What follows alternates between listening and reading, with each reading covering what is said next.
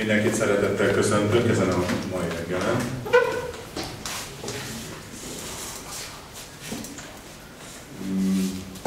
Itt imával szeretném megkezdeni a istentiszteletünket, utána imórával folytatjuk be. Álljunk föl és kérjük áldást egész alkalommal. Köszönjük Úrunk azt, hogy összegyűlhettünk itt a Te házadban, mindannyian, akik vágyunk a Te veled való közösségre.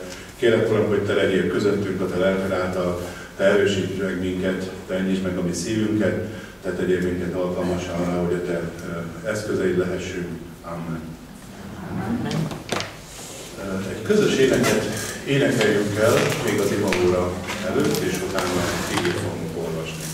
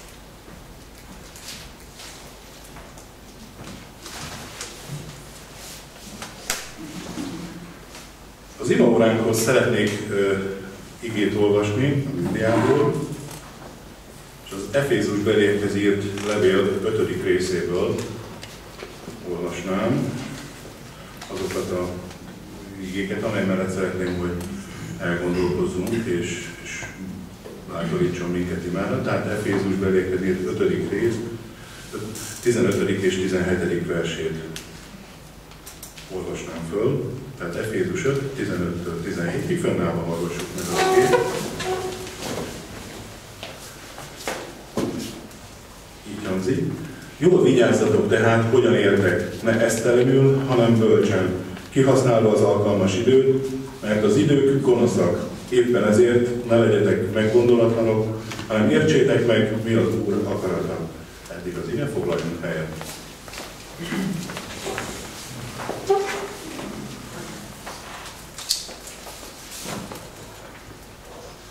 Hogy készültem a bibliaórára, különféle gondolatok voltak, és igyekszem mindig azt szerint választani egy igét, ami az elmúlt napokban úgy elgondolkodtat, vagy valamilyen benyomással van rám, és azt hívő emberként igyekszem a Biblia fényében Isten által adott bölcsesség által megítélni, vagy túlélni. És most is voltak bennem gondolatok, és valahogy úgy érzem, hogy ez az ige lehet az, amely mentén megoszthatom ezeket az érzéseimet, gondolataimat a testvérekkel. Ugye ez pár gondolat arra figyelmeztet minket, ugye elsősorban Pál efézusiaknak írta,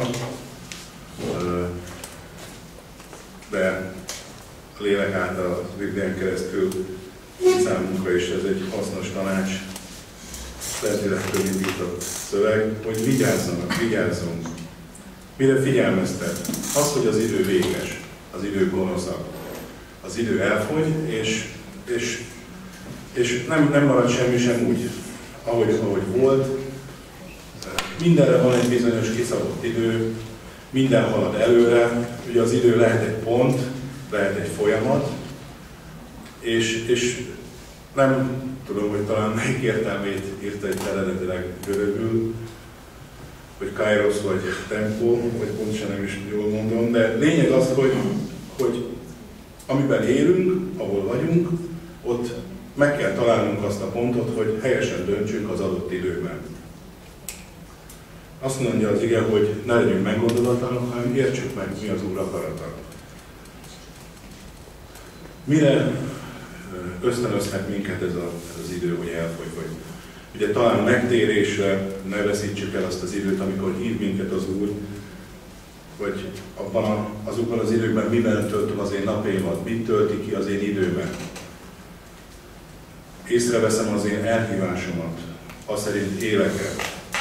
Vagy talán azokban a napokban mivel azonosulok. Mi az, amit nézek és fogyasztok, és megítélem, hogy az jó vagy nem jó. Azt mondja, hogy ne esztelenül éljünk, hanem bölcsen. Ne legyünk meggondolatlanok, hanem értsük meg, mi az Úr akarata. Ugye nagyon sokan talán az Istennel való életet, a hívő életet valaki egy ilyen aszkétikus életre gondolja, elvonulva, megtagadva mindent, amit a Jóisten megteremtett és jó a világon. Valaki ennek gondolja, de tudjuk a Bibliából, hogy nem. Az Isten örömre hívott el minket arra, hogy jól érezzük magunkat azzal, amit kaptunk tőle, jól érezzük magunkat a társunkkal, a családunkkal, a barátainkkal, jól érezzük magunkat azzal a dolgokkal, amit az Isten adott, és nem megfeledkezve arról, hogy hálával tartozunk neki ezért. Tehát nem magunknak tulajdonítva, de mindazáltal örülve, örömmel a tőle kapott dolgoknak. És valahogy bennem most egy olyan dolog fogalmazódott meg, hogy miben lehetünk mi meggondolatlanok, mikor élvezzük azokat a dolgokat, amik körül lesznek bennünket, ami jóvá teszi a mi életünket, és úgy a művészetekre gondoltam, vagy az helyeződött most úgy a szívemben, hogy mennyiféle dolog inspirálhat egy művészeti alkotást. És mit nevezhetünk ugye művészetnek? Egy képet, egy festményt, egy verset, egy könyvet, történetet, egy filmet, egy színdarabot, zenét, képet.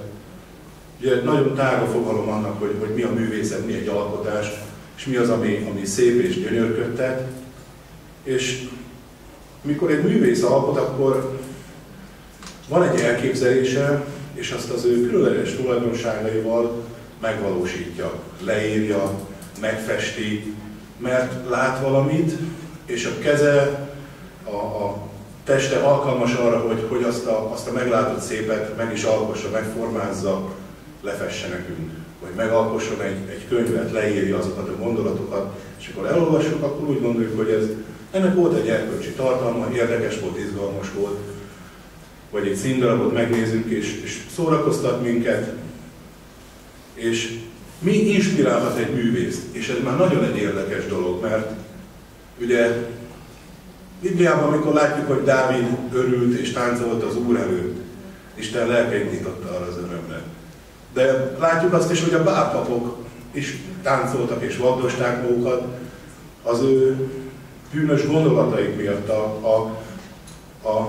attól a gonosz léleknektől indítatva, amelynek szolgáltak. És ez így van a művészetekkel is, és az alkotásokkal, hogy mi alapján kapja az a művész azt a, mondjuk így, inspirációt. Ugye használják azt a szót, hogy múzsa. Vajon mitől kapja ő azt?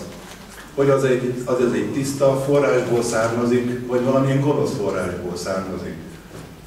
És mikor olvassuk ezt az igét, hogy az idők gonoszak, és vizsgáljuk meg ezeket a dolgokat, én úgy gondolom, hogy ezt is jelenti ez a dolog. Amikor csodálunk egy zenét, amikor nézünk egy darabot, egy előadást, akkor meg tudjuk-e érezni mögötte lévő szellemi tartalmat.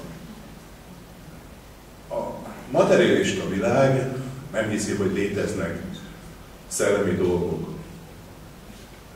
Gondolkoztam, hogy mi ezt tudjuk. A Biblia le is írja.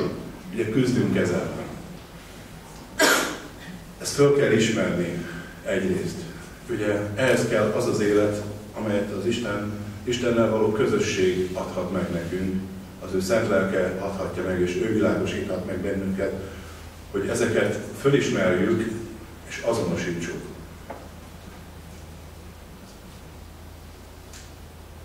Ami engem inspirált, és ez lehet, hogy vitatárgya lehet, az talán többen is láttuk az olimpiai megnyitót, ami már nem arról szól, hogy van egy szép dolog a sport, és amikor emberek egymásnak ellen futnak, harcolnak, hogy ki az erősebb, és melyik országnak szereznek ezzel jó hírnevet, és ennek az öröme, hanem láttuk a megnyitóból, hogy itt már a művészeteket, ami önmagában egy nagy alkotás volt, de mégis nagyon sok hang és embernél váltotta ki azt a reakciót, hogy ez mögött már nem jó szellemiség áll. És talán ez volt az a gondolat, amely most engem arra indított, hogy ezt osszam meg a testvérekkel. Hogyan lehet ezzel ellen harcolni? Nem tudjuk megszüntetni azt a világot, nem tudjuk olyan mélységben és erősségben átalakítani azt a világot, amelyben élünk, mert az halad. Azt olvassuk az igéből is, hogy nem kell kivonulni, nem kivenni akar minket ebből a világból, hanem megtartani bennünket ebben. Hogy élhessünk úgy, ahogy azt ő szeretné, ahogy az ige leírja, azt szerint a tisztaság szerint. Ugyanígy az Efézusi levélben ír nekünk néhány segítséget. A 6. rész, 10. versétől 18. felolvasom, ismerjük ezeket a verseket, ahogyan kezdem mondani, eszünkbe fog jutni. Pál apostol írja szintén, hogy végül pedig erősödjetek meg az Úrban, az ő hatalmas erejében. Öltsétek magatokra az Isten fegyverzetét, hogy megállhassatok az ördög mesterkedéseivel szemben. Mert a mi harcunk nem test és vér ellen folyik, hanem erők és hatalmak ellen, a sötétség világának urai és a gonoszság lelkei ellen, amelyek a mennyei magasságban vannak. Éppen ezért vegyétek fel az Isten fegyverzetét, hogy ellenállhassatok a gonosz napon, és mindent leküzdve megállhassatok. Álljatok meg tehát, felövezve derekatokat igazság szeretettel, és magatokra öltve a megigazulás páncélját, felsarozva a lábatokat a békesség evangéliuma hirdetésének készségével, vegyétek fel mindenképpen a hit pajzsát, amellyel kioldhatjátok a gonosznak minden tüzes nyilát.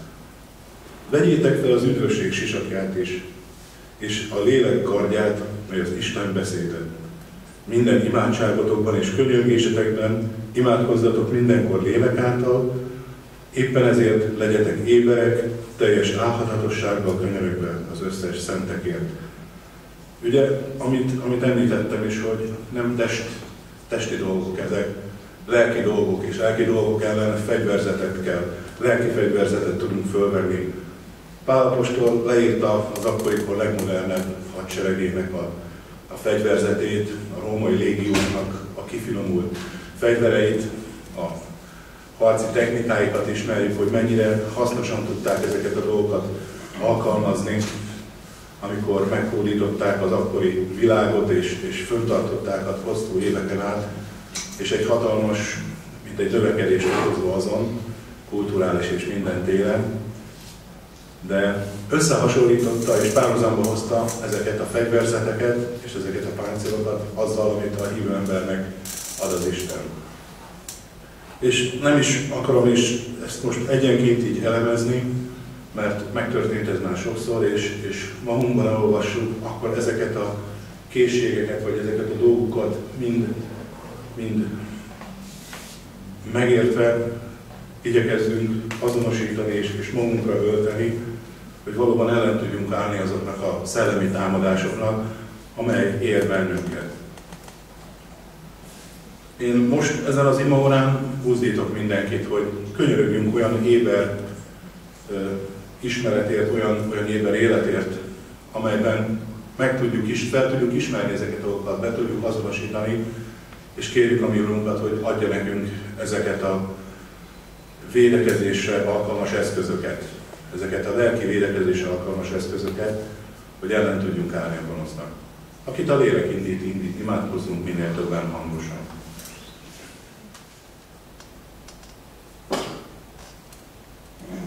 Köszönöm, Jézus, hogy megígérzett, hogy nem hagysz minket egyedül, és velünk leszel ebben a világban. Kérlek, Uram, hogy Te őrizzél meg minket, tehát, hogy valóban így a Te erőddel ellen tudjunk állni a sátán gonoszságainak, tudjunk felismerni, és tudjunk így ilyen módon ellenállni. Kérlek, Uram, de töltsél meg minket a Te igazságoddal, a Te lelkeddel, hogy azt szerint tudjunk élni. Amen.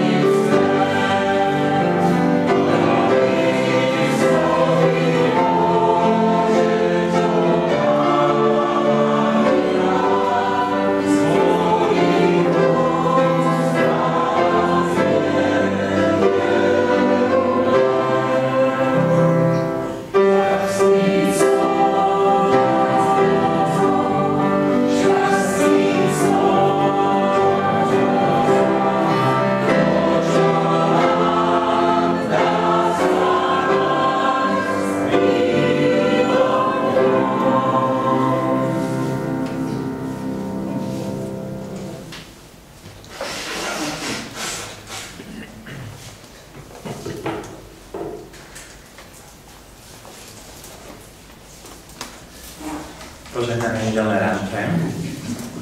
Dobre je nám tu byť s vami spolu. Chvála Pánovi, že aj moja manželka mohla prísť so mnou. Kázeň bude po slovensky, takže kedykrát poprosím sa vyšli. Super. Dobre. Sme radi, že tu môžeme byť s vami. Örülünk, hogy itt lehetünk nagyon.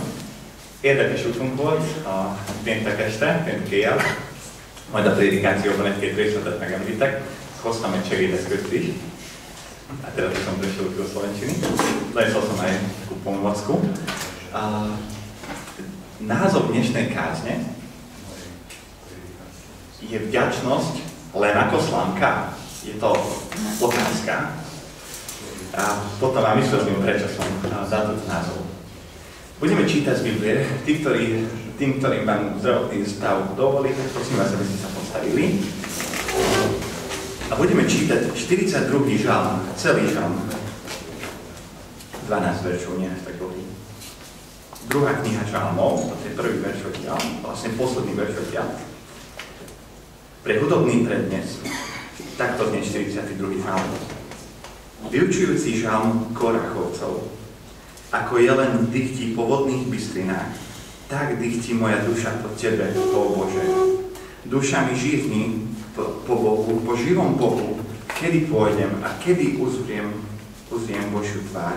Slzy sú mojim chlebom vo dne i v noci, keď mi neprestajne hovoria, kde je Tvoj Boh? Na to chcem spomínať a vyliať svoje srdce, že do Božieho domu v zástupe som chodieval za hlasitého plesania a vďaky so svetiacím davom. Prečo si skleslá duša moja a zmieta sa vo mne? Očakávaj na Boha, lebo ešte ďakovať budem jemu, spasením svojej tváre, svojmu Bohu. Moja duša je skleslá vo mne, preto sa rozpomínam z teba, z krajiny Jordána a Hermona, z vrchu Micár.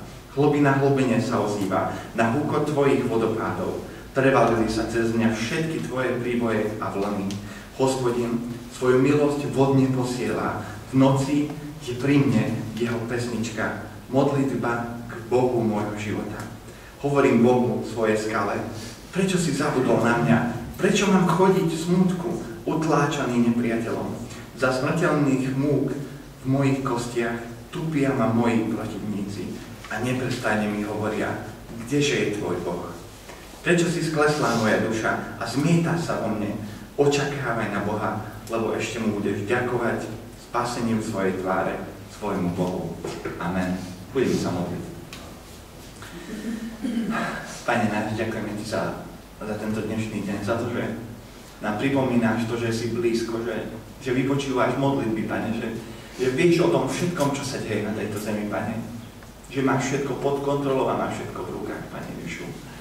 Daj nám silu vytrvať, keď prídu ťažké časy, Pane, aby sme mohli poukázať na Teba, aby sme mohli ďakovať aj vtedy, keď mnoho vecí nejde podľa našich plánov. Pane Ježišu, buď s nami, prosím, daj nám slovo z neba od Teba, Pane.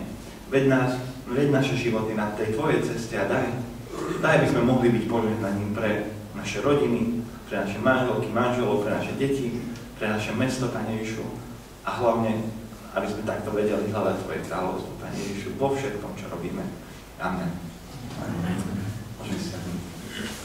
Ďakujem. Moja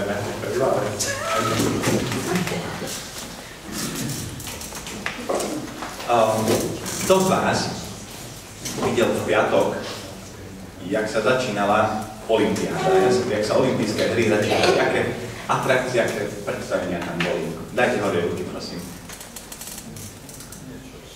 Nie až tak veľa z vás.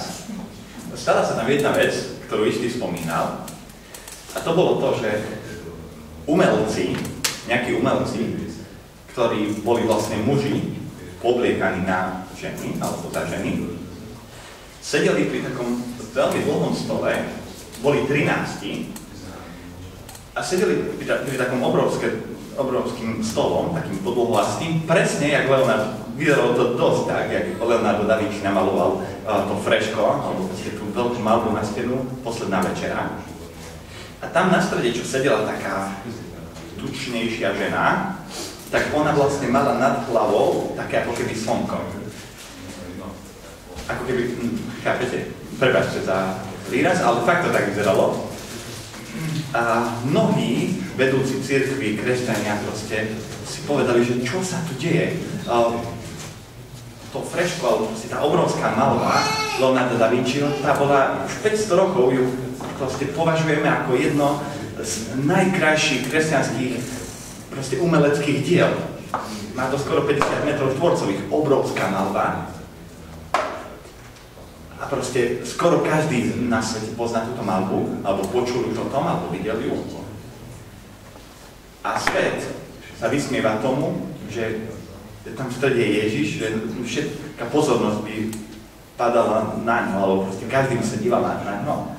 A oni to zahrajú, proste, samozrejme, zahrajú s takými mužmi, ktorí boli obliekaní za ženy. A tá skutočnosť je taká, že vraj to vedenie tých olympijských hier, oni vlastne povedali, že to bola len ako keby taká grécka scénka s gréckymi bohmi, alebo bohňami. Ale skutočnosť je tá ozajstná za tým všetkým taká, že tento svet sa posmieva všetkému, diabol sa posmieva všetkému, čo je v Božích očiach dobré a ako by sme mali žiť. A s týmto by som chcel začať, že nie len teraz sú ťažké časy, boli aj v minulosti, aj vtedy, keď Koráchovi synovia, ktorí viedli chvály v chráme, aj vtedy boli obdobia, keď sa veriacim ľuďom, keď sa ľuďom, ktorí odovzdávajú Bohu a veria mu a dôverujú mu, sa vysmievali. Nie je to nejak inak ani dneska, ale aj tak žijeme. Už v dobe Pavla žili ťažké časy, ale ja verím tomu, že odkedy je svet, odkedy je človek vyhnaný z Edenu, sú ťažké časy. A preto my sa nemáme ľutovať, že my žijeme nejak v extra ťažkých dobách. Však si predstavte Sodomu a Gomoru, aké to boli ťažké časy, čo sa tam dialo. Ale my máme byť istí v tom, že jednoducho deje sa to, ale máme tu Pána Ježiša Krista a my jeho máme hľadať a nasledovať. A nie, aby náš zrak a proste naše oči hľadili len na to zlé, čo je okolo nás. Ale máme sa dívať na to, čo hovoria Koráchovi synovia, že máme robiť toto. Duša mi žížni po Bohu, po živom Bohu, kedy pôjdem a kedy uzriem jeho tvár. Tak to je druhý verš. Ako jelen dychtí po vodných bystrinách, tak dychtí moja duša po tebe, o Bože. Vedenie cirkvi, aj asi francúzskej, lebo vo Francúzsku je olympiáda tento rok, ale katolícka cirkev vo Francúzsku sa postavila proti tomuto a povedali, že to nebolo vôbec dobré, čo sa tam dialo na tých atrakciách, predstaveniach. Ale viete, my môžeme aj toto robiť, čo robila aj tá cirkev, ale je to trošku iná cesta a tá je tá, čo strátili mnohí kresťania, že cirkvi už nedychtia po tých vodných bystrinách, čo majú pri Bohu. Už máme cirkvi, ktoré proste už nečakajú na príchod Pána Ježiša Krista. Existuje proste cirkev, ktorý hovorí, že Pán Ježiš ani nie je Božím synom a proste je len obyčajný človek, ktorý bol proste dokonalý, ale človek. Unitáriani tomuto veria. Je to normálne vyznaná protestantská cirkev v Rumunsku napríklad. Alebo sú to svedkovia Jehovi. A tu sa deje vlastne tá vec, že ako keby my sa staráme o tie Božie plány, alebo vlastne o tie zákony, ktoré on dal, že tie nech proste sedia a sú dobré. A je to veľmi dôležité, ale je tu niečo oveľa dôležitejšie. Preto sa tento svet dostáva k tomu bodu, že sa vysmieva kresťanom, podľa mňa, lebo mnohí kresťania stratili toto, že už nedychtia po Bohu, jak je len po vodných bystrinách. Už nie je im tak dôležitý, aby neklamali, aby proste nepodvádzali, aby mali čisté srdcia. Nie je im tak veľmi dôležitý náš Boh, aby sme proste išli vpred jeho silou, aby sme sa posvedzovali jeho silou, ale tak, že dychtíme po ňom. My sa veľakrát snažíme riešiť tie detaily, alebo proste tie veci, ktoré sú periférne a nejdeme na koreň problémov. A podľa mňa preto vyzerá v Európe to teraz tak, jak vyzerá, lebo si hovoria, že sú kresťania mnohí, ale mnohí z nich nedychtia po Bohu tak, jak by mali. Netúžia potom, aby k ním Boh prehováral, aby sa s nimi stretol. Vďačnosť ako slámka, otázka alebo veta. Donesol som vám jednu slámku a chcem vám vysvetliť, chcem vám povedať jeden príbeh, ktorý sa nám stal včera ráno. 2 týždne dozadu, keď sa skončil náš zborový tábor, čo sme boli na Chvojnici s deťmi, ja som sa od ohňa, večer okolo 10:30 som mal poslednú tému pre deti, som sadol do auta a tak bolo, že druhý deň ráno, v sobotu ráno o 9:00 budem v Rumunsku. Celú noc pretestovať. Toto bol plán. Všetko krásne išlo, dúpal som tomu za 2 hodinky, necelé som bol doma v Šrobárovej, to padalo do cesty. Napakoval som veci, všetko možné a hovorím, idem, dokonale 8:30 budem v Rumunsku. A viete, čo sa stalo?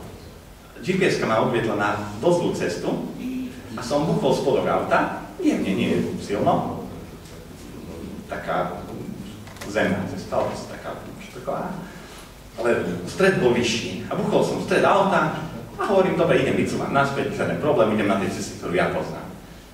No a začínam. Cúval som 70 km od našho domu pred Budapešťou a zrazu dochlo auto a už nešlo ani štartovať. 6 hodín som to skúšal, proste všeličo možné, relétka, všetko možné som povyberal, pozeral, samozrejme všetko zatvorené, o 2:00 ráno, v sobotu.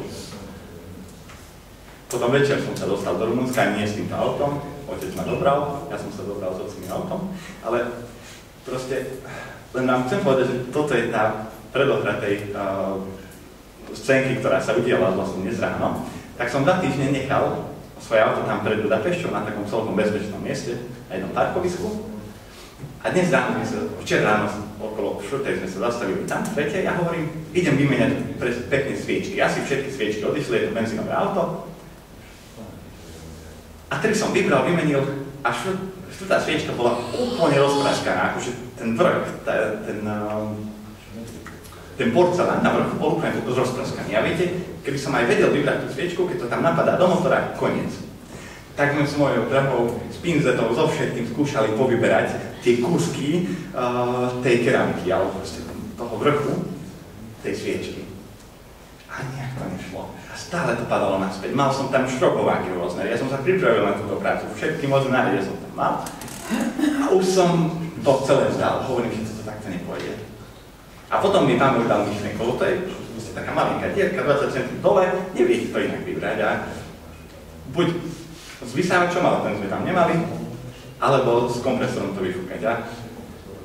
A potom si hovorím, že potom sa modlili, Bea celú dobu sa modlila, a potom otvorím dvere auta náš druhé, ktorým sme prišli, a bola tam jedna slámka. A hovorím, čo mi pomôže slámka? To posledné riešenie to bolo. Tak som spravil vákuum ústami a postupne ťažko, ale som povyberal tie kúsky tej keramiky. Tej časti tej sviečky. A potom sme vymenili, a ešte stále nefunguje to auto, ale to je jedno teraz už. Ale že sa to podarilo proste vyriešiť jednou jedinou slámkou. A problém začína vtedy, keď sa my dostaneme tam, že naša vďačnosť je už len ako proste moja táto posledná slámka, posledné možné riešenie v ťažkých situáciách a problémoch. Ja som sa dostal až k tomuto, žiadni opravári, ktorí neboli v sobotu či skoro ráno, v piatok noci sme cestovali aj teraz, ale bola tam tá jedna slámka. A mnohí kresťania berú vďačnosť len ako proste úplne posledná udalosť, keď všetko im ide, možno aj zabudnú na to, že je tam táto slámka, že môžu ďakovať Bohu za to. Ale je to veľmi nebezpečné, že keď my, veriaci ľudia, my, ktorí si hovoríme, že máme Pána Ježiša v srdci, žijeme len tak, že dobre, keď už proste všetko, žiadne iné riešenie nie je na to, aby sme boli šťastní a radostní a na to, aby sme žili požehnané životy, tak možno skúsime ďakovať Bohu za to, čo máme. Možno si vyberieme tú slámku. pamätáme sa na ten príbeh, alebo pamätáme si ten príbeh, keď Pavel apoštol je vo Filipi, vo väzení, v ťažkej situácii, v takej klietke, mal ruky z dreva, z takej, ako sa to volalo? V kladke mal ruky aj nohy, so Silásom, keď tam boli. A čo oni robili? Možno sa im vysmievali ostatní väzni. Môže byť, že im povedali, že vy, ktorí hovoríte, že nasledujete Boha, vy, ktorí hovoríte, že poznáte tú skutočnú, ozajstnú cestu k Bohu, tak im vy mohli vysmievať. Vy ste sa dostali do väzenia, vám dali do kládky ruky aj nohy, nezvykli všetkým dávať, všetkým väzňom. Vám tam dali. A oni čo robili? Okolo polnoci začali uctievať a chváliť a vďakovať Bohu za to všetko, čo on koná. Za to, že on má riešenie na každú situáciu. Leonardo da Vinci, keď maloval túto malbu Posledná večera, tak mal už skoro celú malbu, obrovskú hotovú, ale ešte dve tváre chýbali. Ktoré to boli? Vie niekto? Šanko určite vie, ale ty to necháš. Ježiš a Judáš. Presne, Ježiš a Judáš. Vie niekto prečo? Je napísané o Da Vinci, že ten veliteľ tej malby, alebo ako to povedať, že proste ten človek, ktorý bol zverený v tom kostole, v tom chráme Santa Maria della Grazie, ktorému táto malba bola zverená, aby on dával pozor na Da Vinciho, aby on doniesol všetko, čo on potrebuje, aby on sa staral o toho umelca a o tú malbu, aby proste všetko išlo v poriadku, tak Da Vinci veľakrát 4-5 hodín sedel len pred tým obrazom, pred tou malbou a tento človek nechápal, že čo sa tu deje, prečo už nedokončí tie dva tváre, Ježišovu tvár a Judášovu tvár. A skoro mu povedal, že proste už končí, už akože stráviš tým, že rozmýšľaš, že pozeráš sa na tú malbu. A potom Da Vinci povedal, že takú krásnu tvár, lebo on používal ľudské tváre, ľudské podoby na to, aby proste tých rôznych učeníkov namaloval, ale povedal, že takú krásnu tvár nikde nenájdem, ako je tvár Ježiša. Preto mu trvalo viacero dní, aby namaloval tvár Ježiša. A zase na druhej strane hovoril, že takú škaredú tvár, ktorá zradila zo srdca a ešte s boskom Pána Ježiša, tiež nechcem nájsť. A potom to musel dokončiť. Možno, keby to je na ňom, tak to nechá tak. Ale musel to potom dokončiť. Ale chcem vám na to poukázať, že Da Vinci proste bol si vedomý toho, že Ježiš je nadovšetko. Že je taký svätý a že taký krásny, že ho nevie len tak namalovať ani najväčší umelec, podľa mňa z dejín. Potom namaloval Judáša podľa jedného zločinca a na Ježiša tam už nebolo vysvetlenie, že to jeho ako namaloval. Dokončil to. Ale ako nás zabudneme toto? Že my máme túto úlohu, kresťania na zemi, že máme dychtiť po Bohu. Dychtiť tak, jak jelen dychtí po vodných bystrinách, tak dychtí moja duša po Tebe, o Bože. Duša mi žízni po Bohu, po živom Bohu, kedy pôjdem a kedy uzriem Božiu tvár. S deťmi na tábore u nás sme hovorili tiež z listu Efežanom, presne čo aj Išli čítal, alebo proste hovoril o tom, o Božej výzbroji. A mali sme tam sandále, topánky na ohlasovanie evanjeliu pokoja. A ja som sa ich spýtal, čo je evanjelium, deti? Kto mi to vie povedať? Nie len tak, proste, že áno, radostná správa, dobrá správa, ale čo je evanjelium detálne? A ja sa vás teraz pýtam, porozmýšľajme, čo je konkrétne evanjelium? Dovolte mi to v dvoch vetách povedať.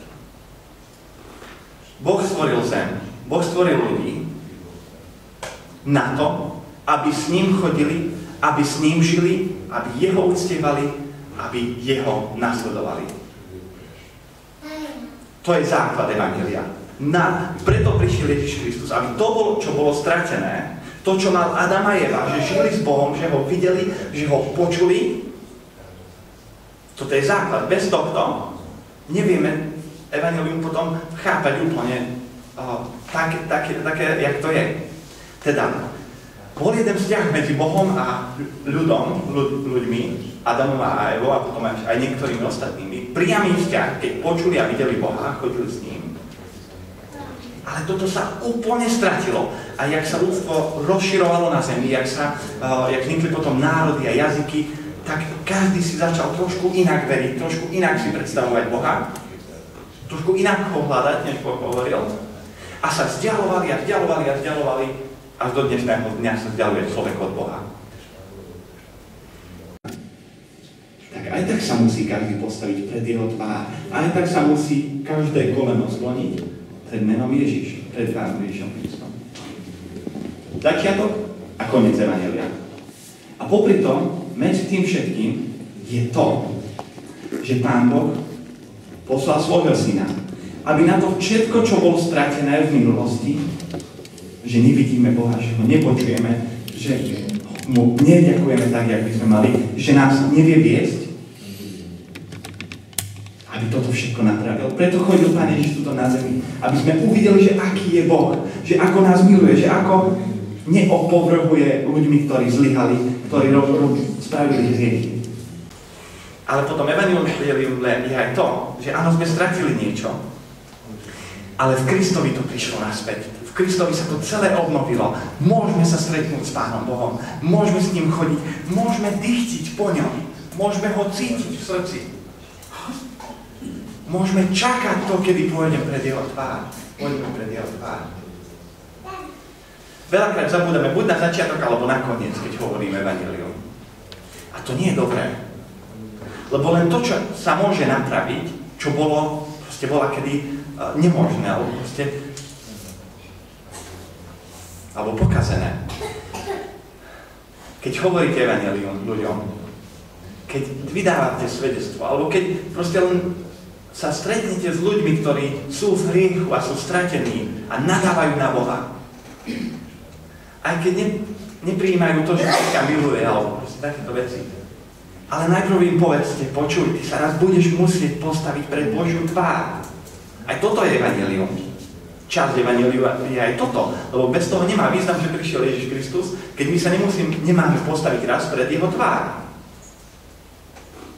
A vlastne hovorte aj toto ľuďom, hovorme toto ľuďom, že jednoducho musí sa postaviť raz pred Božiu tvár.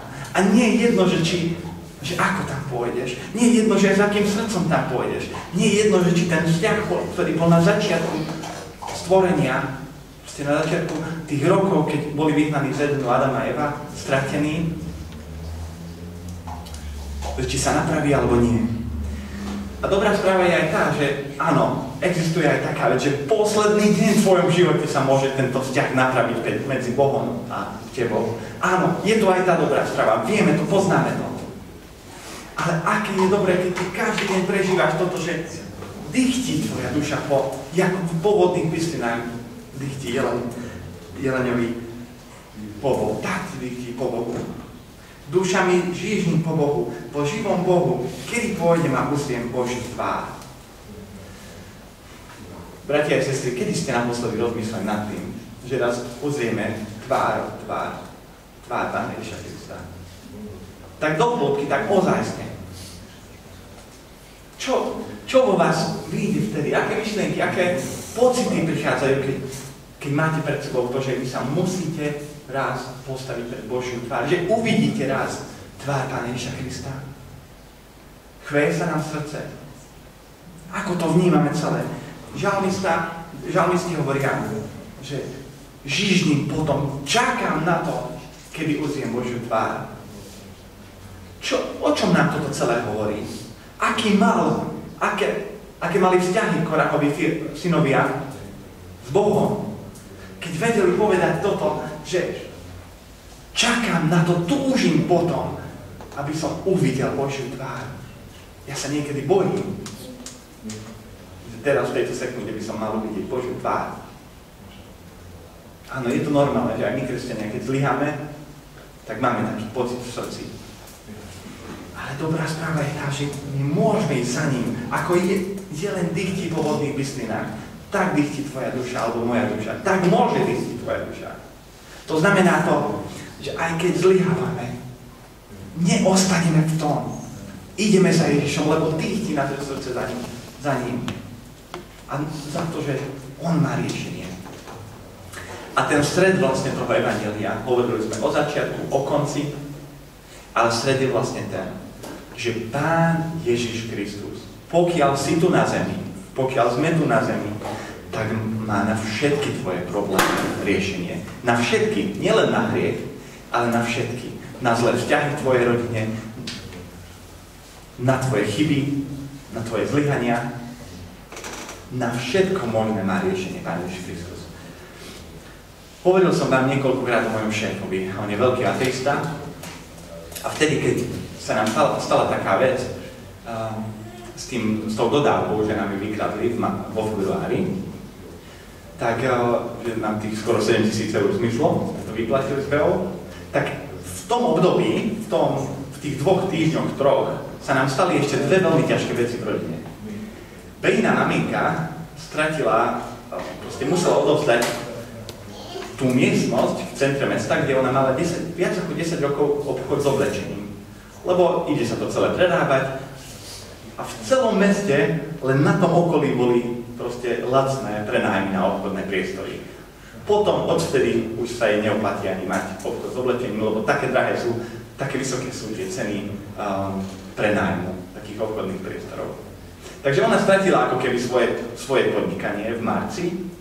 Potom na to, pár týždňov na to, sme postavili peknú drevenú dvojgaráž s hranolou s bejným tatinom na ich pozemku. Postavili sme to v sobotu, dokončili, radovali sme sa tomu, 2 sme robili, super deň sme mali. V pondelok ráno klope mestská polícia na bránu a že niekto im buď z panelákov proti, alebo od niekaďal dal proste zahlásil, že my sme drevenú stavbu ako keby spravili nelegálne. Lenže na drevené stavby tam v Kluži normálne netreba povolenie, lebo je to z dreva, dá sa to rozmontovať. A tieto 3 veľmi zlé veci sa nám stali, tak druhý útorok sme začali, tatino začal rozoberať tú drevenú garáž. Museli sme to celé rozoberať, lebo inak skoro 1000 eur pokuta a ani už nemôžeme postaviť nikdy tam, lebo niekto nás nahlásil, niekto to bol taký divný. No ale viete, 3 takéto ťažké veci sa stali a ja som toto povedal aj svojmu šéfu, lebo sa ma pýtal, čo sa má, ako sa máte všetko, tak som mu povedal toto. A viete, čo mi povedal? Fakt ťa miluje ten tvoj Boh, keď ti takéto veci dovoluje. Fakt ťa má rád. A ja som mu hovoril, že áno.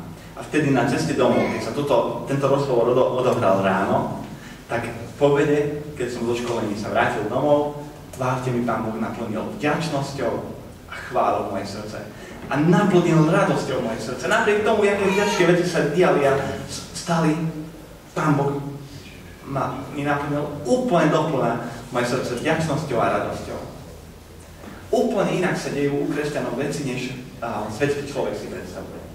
A viete, čo sa stalo tento týždeň? Ten môj šéf prišiel za mnou a hovoril, Samo, chlapci, náš vzťah sa nemení, my sa budeme mať v dobrom aj tak, ale ja s mojou manželkou proste sme blízko toho, aby sme sa rozviedli. A tak som mu povedal, vieš čo, Gabi, my sa za teba s manželkou budeme modliť. Tento silný ateista, skoro v slzách v očiach, mi povedal, že ďakujem pekne, Samo, ďakujem. Príde ten čas, keď môžeš ďakovať. Príde to, keď už aj za tie viditeľné veci môžeš ďakovať. Ale môžeš už aj teraz požižniť po Bohu, keď je to ťažké obdobie, keď sa ti posmievajú, keď nič nevychádza tak, jak si plánovala. Slzy sú mojím chlebom, hovorí žalmista, vodne i v noci. Keď mi neprestajne hovoria, kde je tvoj Boh, na to chcem spomínať a vyliať svoje srdce, že do Božieho domu v zástupe som chodieval za hlasitého plesania a vďaky so svetiacom davom. Na to spomínaj. Keď sú ťažké časy, spomínaj na to, že boli aj dobré. Že jak sa o teba staral Pán Boh. Že jak ťa chránil. Že jak ťa viedol. Že jak ťa požehnal. Ešte dve veci, ktoré sa nám stali pred minulý týždeň. Jednu som vám spomenul. V sobotu ráno sa toto auto pokazilo. A to bolo presne v tú sobotu, keď som ja mal byť o 9 ráno v Rumunsku. Lebo z nášho zboru minimálne 20 mladých ľudí a mladomanželov prišlo nám pomôcť s takým dreveným domčekom, čo sme tam postavili. A tam sme mali mať tábor pre mladých. A ja som tam mal byť, lebo ja som vedel, že čo ako chcem, čo ako budeme robiť a tak. A namiesto 9. rána som došiel o 7. večer. Takže skoro nič sa nestihlo z toho, čo som naplánoval. Dobre, cez telefón som dal nejaké inštrukcie, ale práve vtedy, keď som to najmenej potreboval, vtedy sa to auto pokazilo. Druhá vec. Vo štvrtok pred táborom, v pondelok začínal tábor, my sme boli dohodnutí tam v Rumunsku pre mladých, my sme boli dohodnutí s Beou, že v piatok večer, v piatok po práci, chytíme sa, dáme veci do auta, ideme von na tú dedinu, do tej dediny, kde majú jej rodičia pozemok a proste ideme robiť na tom domčeku a pripravíme všetko na ten tábor. Lebo cez víkend sa veľa zdihne, v piatok po obede, sobota, nedeľa a v pondelok ráno prídu mladí. A vo štvrtok večer v práci som dostal proste hovor, telefonát, Bejna maminka mi volala, že Bea spravila salto na elektrickej kolobežke a že si rozbila hlavičku a že je v nemocnici. To bolo pred týždňom aj pol, 2 týždňami. Museli riešiť hlavu, nič vnútorné, nič ťažké, ale 3 cm jazva tam bola, tak museli šiť. Ale tesne pred táborom, tesne pred týždňom, za ktorý sme sa modlili dlhú dobu, aby tí mladí, ktorí ešte nepoznajú Ježiša Krista, aby ho mohli spoznať. Deň na to, jak sme mali odchádzať. Dejú sa ťažké veci, ktoré nechápeme. A viete, čo sa stalo tam v nemocnici? Ja som tak hrdý na svoju manželku. Počas toho, jak jej tam proste pripravovali na ten zákrok chirurgický jej hlavičku, ľudia okolo nej, aj mladí, aj proste pacienti, lebo to bolo akože ešte vnútri, ešte predtým, než by vošla do tej sály, kde ju budú operovať, tak ona plakala. A sa spýtala táto lekárka, že slečna, prečo plačete? A viete, čo povedala Bea? Veľmi som hrdý na ňu. Že ja ďakujem svojmu Bohu za to, a tam bolo kopa ľudí okolo nej.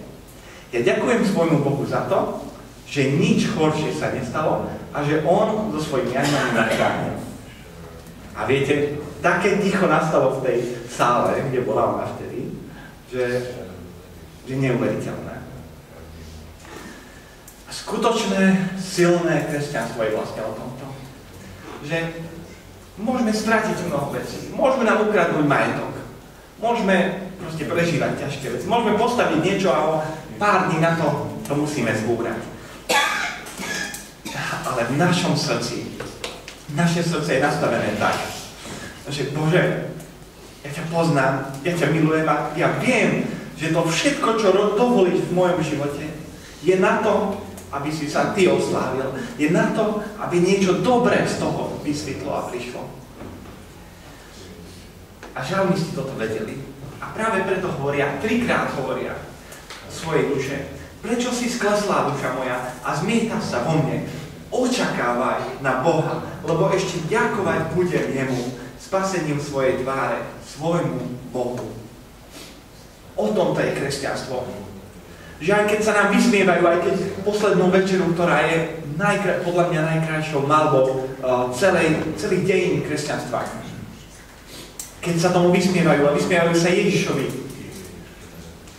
Ale vieme to, že on sa vráti. A my sa môžeme modliť za tých ľudí, že nech proste Pán je im milostivý, nech ich zachráni z toho celého, čo oni robia. Nech sa miluje nad nimi. Prečo si sklesla duša moja? 3-krát hovoria žalmisti toto.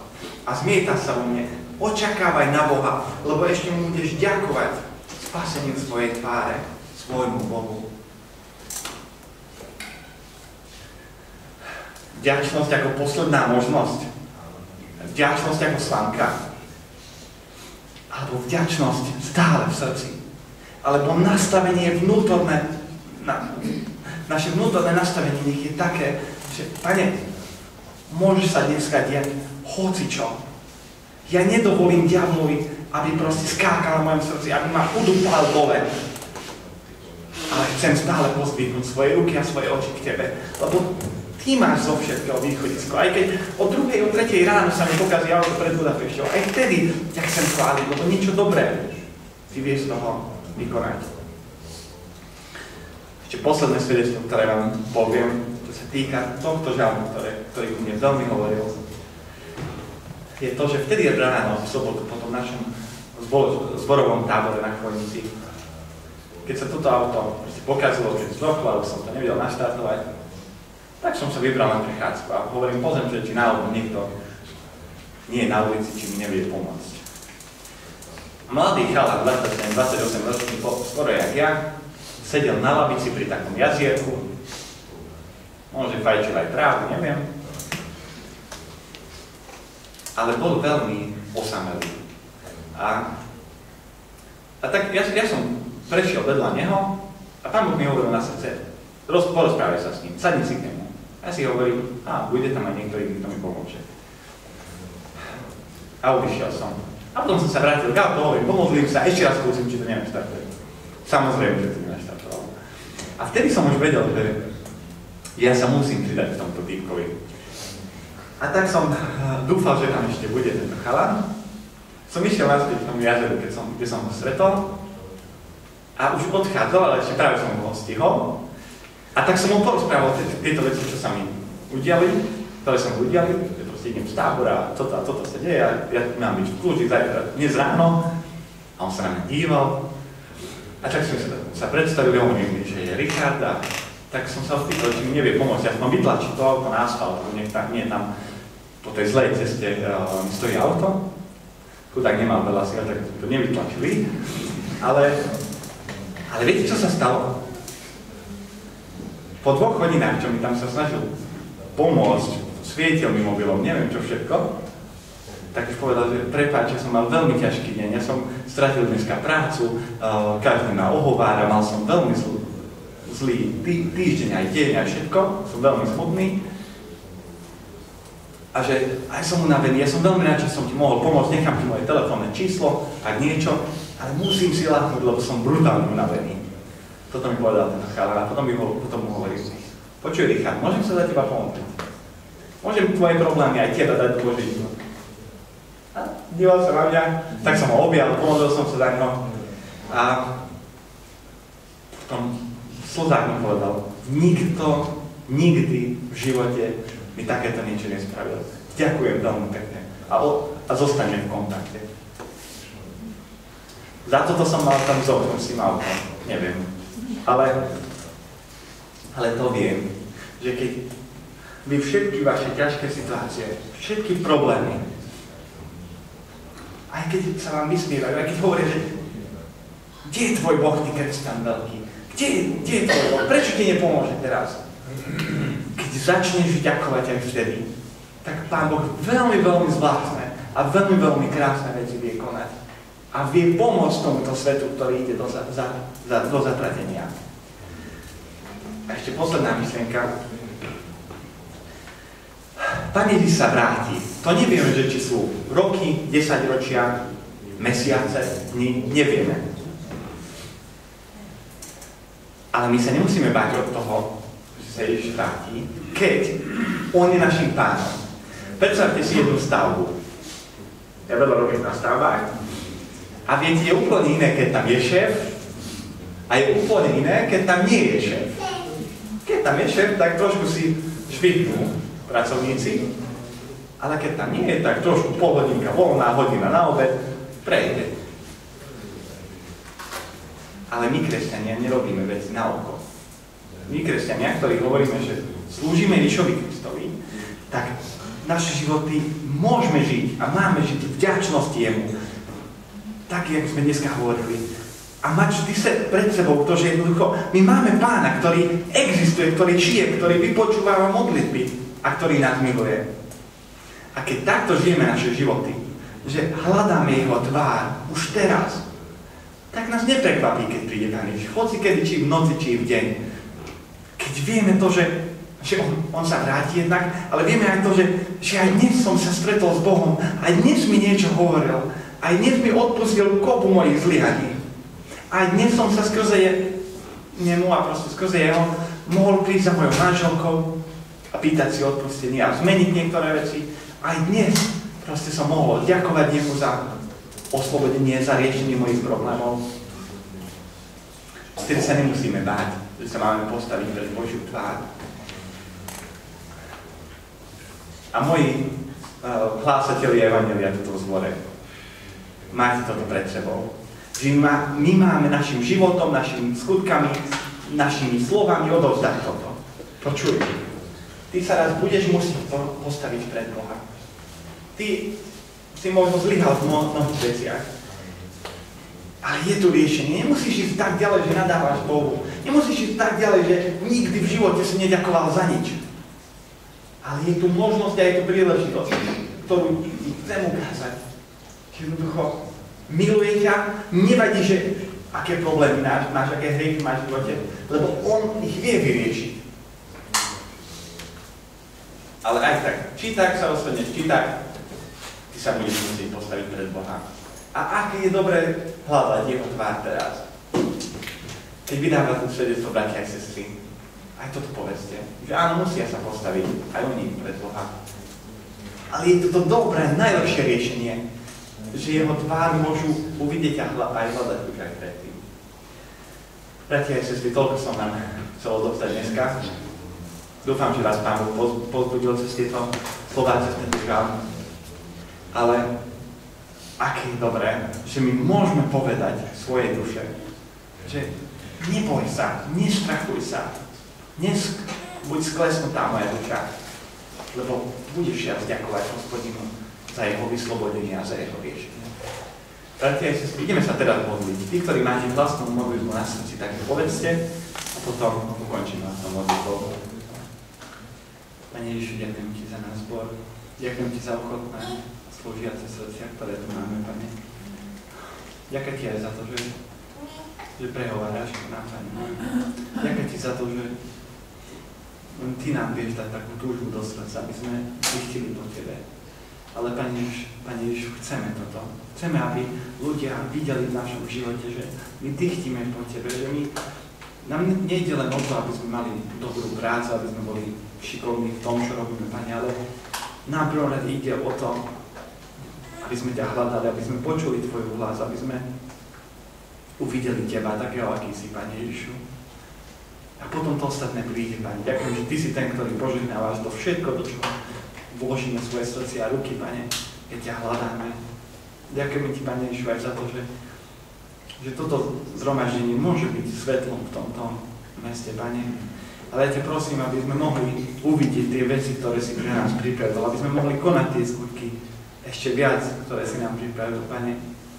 Ja Ti ďakujem za to, že môžeme mať domov tu v Komári, Pane. Môžeme tu mať veriacich ľudí, ktorí ťa milujú, Pane Ježišu.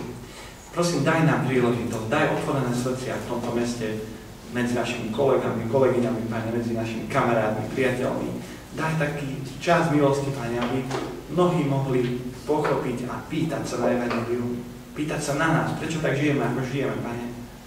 Daj nám dobré rozhovory počas tohto leta ešte, Pane Ježišu. Ochraňuj nás a daj, aby sme boli na Tvoju radosť každý jeden deň, Pane Ježišu. Amen. Budeme spievať záverečnú pieseň.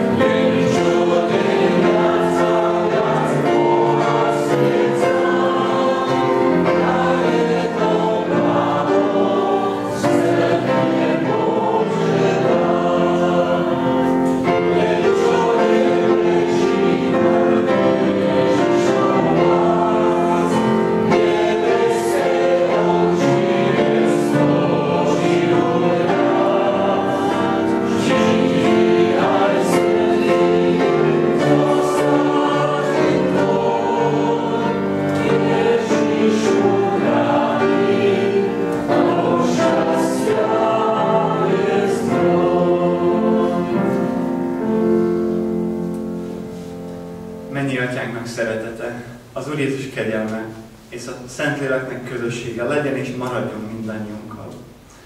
Milosť nášho Pána Ježiša Krista, láska Božia a dar a účasť Svätého Ducha nech je a nech zostáva so všetkými nami v tom drahom mene Ježiš. Amen.